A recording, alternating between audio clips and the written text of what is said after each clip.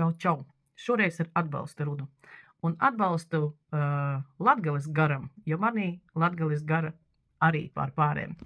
Lūk tā. Un atbalstam gribu pateikt, ka Latvija Latgales vēstniecība gars nav tikai Reizeknes pilsētas stāsts. Tas ir stāsts par visu Latgali. Jo Latgales gars ir visas Latgales kultūras sirds, kas gan stiprina pašapziņu, gan apvieno sabiedrību, gan izglīto sabiedrību, gan liek domāt un arī redzēt līdzīgi domājošos.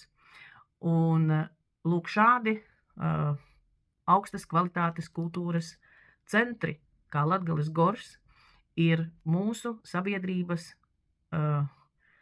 pašapziņa, kur mēs redzam, dzirdam, jūtam šo latgalisko vidi, šo latvisko vidi, šo mūsu kultūru, šīs kultūras vērtības, kas mums ir, un īstenībā tās patiešām ir šīs Latgales kultūras sirdis, kā Rotko muzejs, kurš augstā kvalitātē mūs iepazīstina ar laikmetīgo mākslu.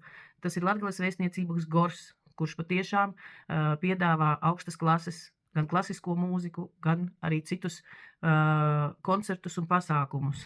Tā ir profesionālā māksla, kas ieskanās arī Latgales vēstniecībā gors ar izcilām augstas kvalitātes mākslas izstādēm. Un es uzskatu, ka atstādināšana vai samazināšana no amatiem tādiem cilvēkiem, autoritātei kā Diānai Zirniņai, ir politiski mērķtiecīgi vērsti lēmumi, lai mazinātu kultūras ietekmi uz sabiedrību, lai vainātu kultūras vidi un lai mazinātu cilvēku saliedētību un īstenībā, lai izsistu pašapziņu Latgales kultūrai.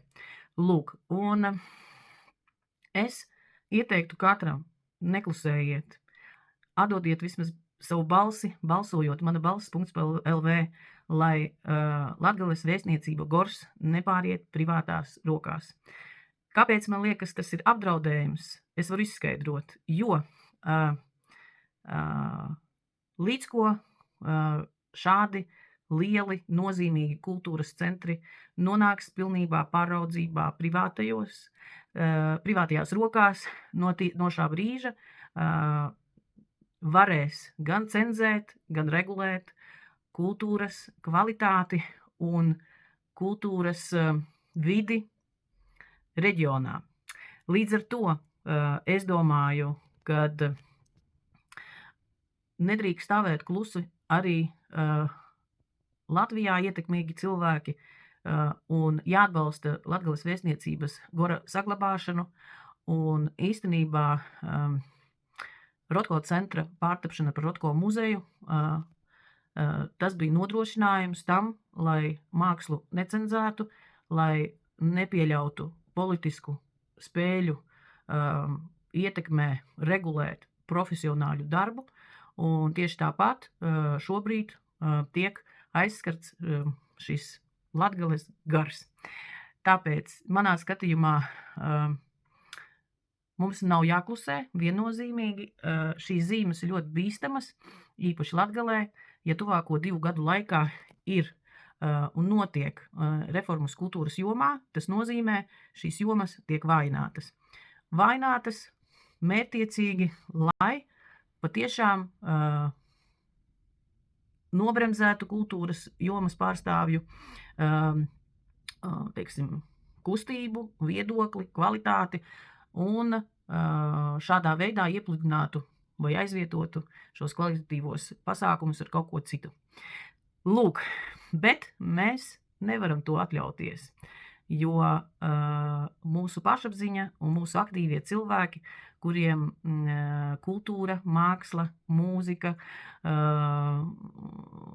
ir vērtība, mums nav laika gaidīt, mums ir jārāda kvalitatīvus pasākumus saviem bērniem, lai viņos ieaudzinātu šo mīlestību pret mūziku, mākslu un arī iemācītu un veidotu viņu vērtības un to latvisko vidi šeit reģionā.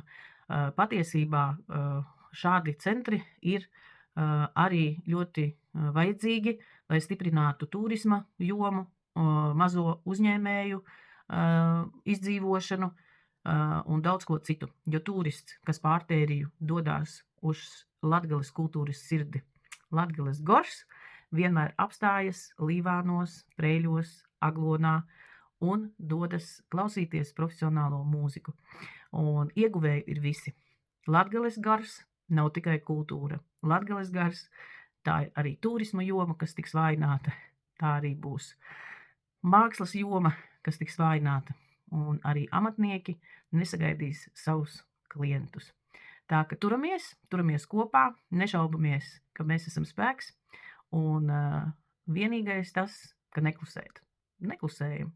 Ceļamies, uzspiežam pogu, ja nemākam nobalsot manabalss.lv, palūdzat kaimiņus, bērnus, balsojiet un paturiet Latgales garu. Jo Latgale, tas ir spēks, un cik spēcīgāka būs Latgale, tik būs spēcīgāka arī visa Latvija. Atā.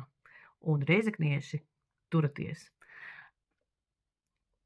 Latgalē un Latgales garā ir spēks.